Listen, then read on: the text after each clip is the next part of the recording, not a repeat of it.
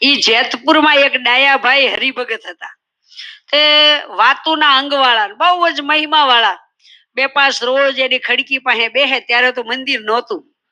તે બેસીને બધા ભગવાનની વાતો કરે. એનું વાડીએ સીમશેઠે ભેગા થાય અને આ ભગવાનની વાતો કરે. આવા સર્વોપરી ભગવાન, અને આપણને મનુષ્યનો દેહ, એ ધાર્મિક જીવન જીવજો, ભગવાનનું ભજન કરજો, નકર કાલ આવરદા પૂરી થશે, કાંઈ નહીં કર્યું તો જમપુરી જાઓ. આવી બધી વાતો કરે. રોજ વાતો કરે ને બધાને ભેગા કરીને. તે એક છોકરો 15-17 વર્ષનો ઈ સાંભળવા આવે. જીવ બહુ મુમુક્ષુ, એટલે આને બહુ ગમે વાતું. તે રોજ સાંભળવા માટે આવે. પણ એના મા બાપ કોઈ સત્સંગી નહીં, બધા બિન સત્સંગી. પછી એમાં કરતા કરતા ઈ છોકરો માંદો પડ્યો. એટલો બધો માંદો પડ્યો એટલે કોઈકે ડાયાભાઈ ને કીધું કે ડાયાભાઈ, છોકરો રોજ કથામાં આવતો હતો ને, તમે વાતું કરતા એને બહુ સાંભળવી ગમતી, પણ અત્યારે માંદો. તો કે એ મુમુક્ષુ જીવ હતો ને અહીંયા રોજ સાંભળવા આવતો, તો હાલો આપણે એને ખબર પૂછવા જઈએ. તે એને ઘરે ડાયાભાઈ ખબર પૂછવા ગયા એ છોકરાને કે કેમ છે. તો એટલી બધી પરિસ્થિતિ કે આ છોકરો ઊભું થાય એવું લાગતું હવે નથી. એને બાપાને કીધું કે હવે તમારા દીકરાની આવી પરિસ્થિતિ છે, તમે એમ કરો, એને સત્સંગી કરો, કંઠી બંધાવો તો એ જીવનું રૂડું થાય. હવે આને કઈ કંઠીનો મહિમા હોય નહીં.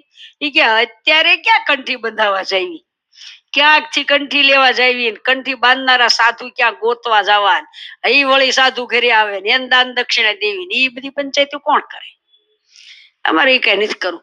તો કે પણ આ જીવનું, આ છોકરાનું સારું થાય, તમે કંઠી બંધાવો.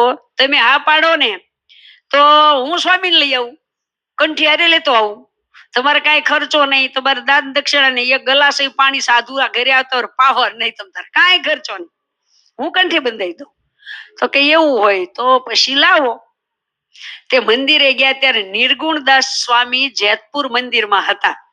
તે લાવ્યા અને છોકરાને સોમનારાયણ કરીને વર્તમાન ધરાવીને કંઠી બાંધી. અને પછી સ્વામી તો ઉપદેશની 2 વાતો કરીને મંદિર વૈયા ગયા. પણ હવે આ છોકરાની આવરદા પૂરી થઈ ગઈ એટલે એને તો કઈ ભજન કર્યું નહોતું, એને વર્તમાન ધરાવ્યા નહોતા ને એને કઈ કંઠી બાંધી નહોતી.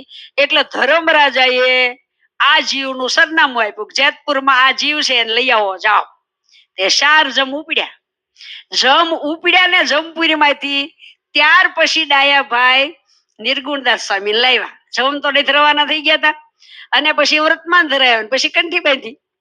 પછી જમ એને લેવા જ્યાં આવ્યા ને, ત્યાં મહારાજે હનુમાનજીને કીધું કે હનુમાન દાદા, તમારે એક કામ કરવાનું છે. હું તો ઓલે જીવે કંઠી બાંધી, હવે સત્સંગી થઈ ગયો અને વર્તમાન ધરાવે ને એના બધા પાપ બળી જાય તરત ને તરત. હવે નવું પાપ તો કઈ કર્યું નથી, એ પથારીમાં છે. લેવા જમ આવ્યા છે, પણ ઈ હવે જીવ જમનો રહ્યો નથી, માટે જાઓ, એને મેં કાલ તેડી આવશું, પણ તમે જમને કયો પાછા વયા જાય. તેલો છોકરો 2 સુધીમાં હૂતો છે, પાસે જમ આવી ગયા છે. એક વાર હનુમાનજી કે જમદૂત ભાગી જાઓ, એ જીવ તમારો નથી. અરે પણ દાદા, તમે ક્યાંથી આવ્યા, આ જીવ અમારો છે. ધર્મરાજાએ અમને લેવા મોકલ્યો છે, કોને કંઠી બાંધી. તો કંઠી બાંધી હોય તો ધર્મરાજા અમને આજ્ઞા શું કામ કરે કે ઈ જીવને લઈ આવો. તો તમને આજ્ઞા કરી ધર્મરાજા, તેમને રવાના થઈ ગયા, પછી આને કંઠી બાંધી છે. એટલે હવે તમારા ખાતાનો જીવ નથી, વયા જાઓ. એમ હનુમાન દાદાએ જે ગદા ઊંચી કરી દે, જમ ભાઈ ગયા. આ બધી વાત ઓલો છોકરો હૂતો સાંભળે. પછી તો હનુમાન દાદા અદ્રશ્ય થઈ ગયા. પછી એના છોકરાએ, એના કુટુંબી, એના મા બાપ ને ભેગા કરીને સાંભળો, સ્વામિનારાયણ ભગવાન મને કાલ તેડવા આવશે. હજી તો મને કંઠી બાંધી, હારું કર્યું. આ 1 ટકની વાત 2 કલાક પહેલા કંઠી ન બાંધી હોત તો મને જમ ઉપાડી જાત. આ જમ આવ્યા હતા, જમે જે વાત કરી સાંભળી એને, એના બધા સગાવાલાને કરી, એટલે બધા તો રાજી થઈ ગયા અને કીધું કે હું કાલ ધામમાં જાઉં છું, ભગવાન મને તેડવા આવશે. મેં વર્તમાન ધરાવ્યા એટલે હું સત્સંગી થઈ ગયો, મારા પાપ બધા બળી ગયા. અને તમારે બધાને જો જમપુરીમાં જવું ન હોય અને ભગવાનના ધામમાં જવું હોય તો બધા કંઠી બાંધીને સોમનારાયણ ભગવાનનું ભજન કરવા માંડજો. આવી બધી છોકરાએ વાત કરીને બીજે દિવસે છોકરાએ દેહ મૂકી દીધો.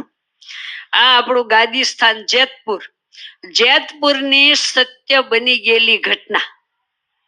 છે ને, અવલૌકિક વાતો છે ને, ક્યાંય વેદ પુરાણમાં તમે ન સાંભળી હોય એવી વાતો ભગવાન સ્વામિનારાયણ ને ઘરે છે. અને આવા દયાળુ સ્વામિનારાયણ ભગવાન આપણને મળ્યા, કેટલા આપણા ભાગ. આપણે એની કંઠી બાંધી, આપણે એનું ભજન કરીએ છીએ. સ્વામિનારાયણ સ્વામિનારાયણ. હવે હિમાલયમાં હાડ ગાળવા જવાની જરૂર નહીં, એ લાખો વર્ષો તપ કરવા જવાની જરૂર નહીં. હવે તો ભગવાન સ્વામિનારાયણની શિક્ષાપત્રી પાળી અને મહારાજનું ભજન કરીએ તો મહારાજે આલોકમાં સુખી